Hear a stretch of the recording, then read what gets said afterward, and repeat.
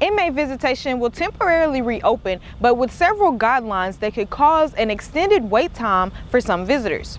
By having that visitation closed off for so long, we began the talks on attempting or trying to open it back up at some point. Now, we started talking about doing this about a month or so ago.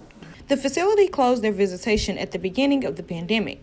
Before, during visitation, they allowed 10 to 12 people in at a time, which places those people in close contact with each other. Visitation will be monitored weekly on a case-by-case basis. We're not allowing any close contact on both sides, whether it be inmate to inmate or visitor to visitor, but they're not going to be in the room but for a very short time.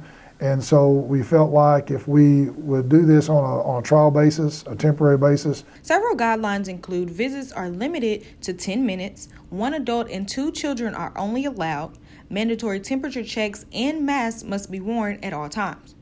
An inmate that is in quarantine will not be allowed to receive visits.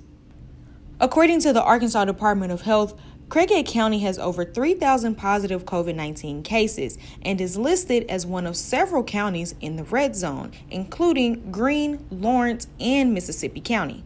Rowland says with those numbers on the rise, they want to be cautious of the reopening. They're being very reserved while doing this and asking the public to be patient during this experience. It's taxing, not being able to see a family member, and so we want to try to allow that.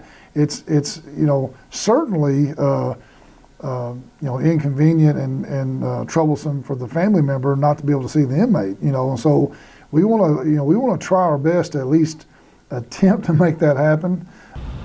Visitation will only be on Saturdays and Sundays. If you visit our website at KJMB TV, you can see a list of all of those times. In Craighead County, for Northeast Arkansas News, I'm Sydney Thompson.